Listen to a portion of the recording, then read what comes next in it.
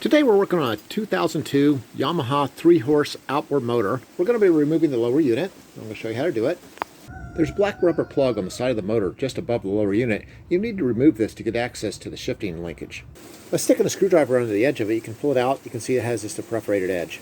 It'll expose a nut right here, which actually when you loosen it, that releases the shift rod for the lower unit to be able to drop down. All you need to do is just loosen it. You don't need to take it all the way out. There's 4 10mm bolts underneath the lower unit. One is on this corrosion tab. There's 2 on either side right here, and there's one right up here in the very front. Now with all 4 bolts removed and the shift linkage nut loosened, you should be able to tap this thing down. You'll see it'll start to separate right there as it comes apart. And it'll actually just pull right out of here. You can see there's some alignment pins, one on the back and one on the front. Reinstalling the lower unit. Hey, we'll be back in a little over 60 seconds, and we're going to pause real quick to see if you need any eternal repair. You might say, eternal repair? What's that? Well, hey, consider your whole life. In all your life, have you ever told a lie before? I have, and I'm sure you have too. We all have. Also consider, have you ever stolen something, even no matter how small it was? I'm sure you have, and I have too. The whole point of where I'm going with this is those 2 rules, lying and stealing, those are 2 of the 10 commandments in the Bible, which define what sin is. So if you've broken even one of those rules, no matter how small it was, that means you've sinned, and we all have. The punishment for sin is going to hell, or eternal separation from God. The good news is Jesus Christ came to this earth. He didn't lie, he didn't steal, he didn't do all these crazy stuff you and I've done. He was totally without sin. He was sacrificed on the cross for my personal sin and yours. He went to the grave. 3 days later, he defeated death, and now he sits beside the Father in heaven. The whole point of why he had to take that punishment on the cross was he was taking the punishment for your sin and for my sin. But it can only be accounted to you if through faith you believe in who he was, what he did, you submit to him as your Lord, and you repent. And when you do that, you can have eternal habitation with Jesus and the rest of the saints for eternity in heaven. You might be saying to yourself, hey, I'm a good person. Surely God wouldn't send me to hell for all the nice things I've done for people. But the truth of the matter is the Bible says, by grace you've been saved through faith, and that not of yourselves. It's a gift of God, not of works, lest any man or woman should boast. There is no amount of good work you can do to earn your righteousness before God.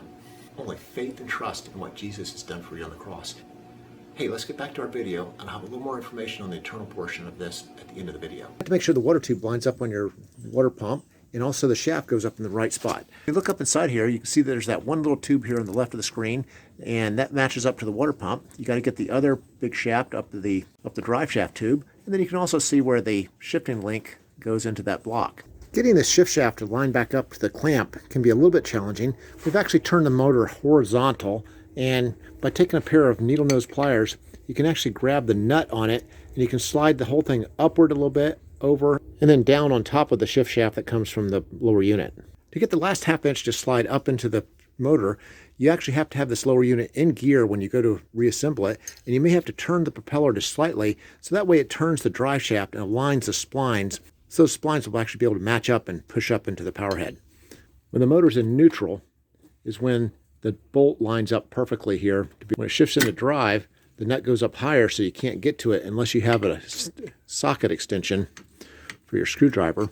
After loosening the nut, you can actually move this lever back and forth a little bit, and you'll see that it'll actually slide a little bit on these rods.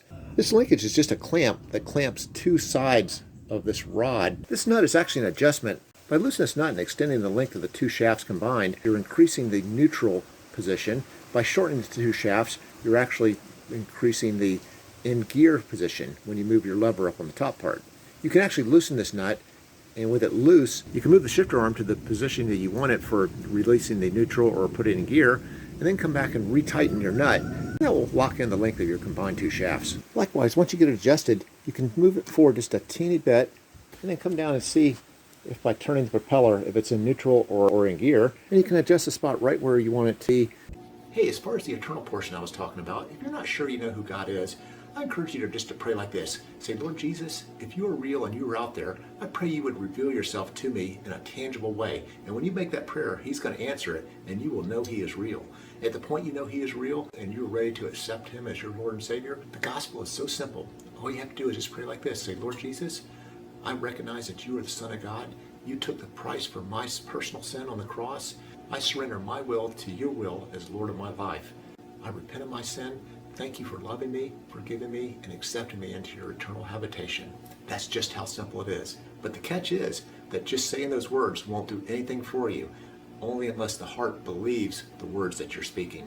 For the Bible says in Romans 10:9, if you confess with your mouth Jesus Christ is Lord, which I just did, and you believe in your heart God raised him from the dead, you will be saved.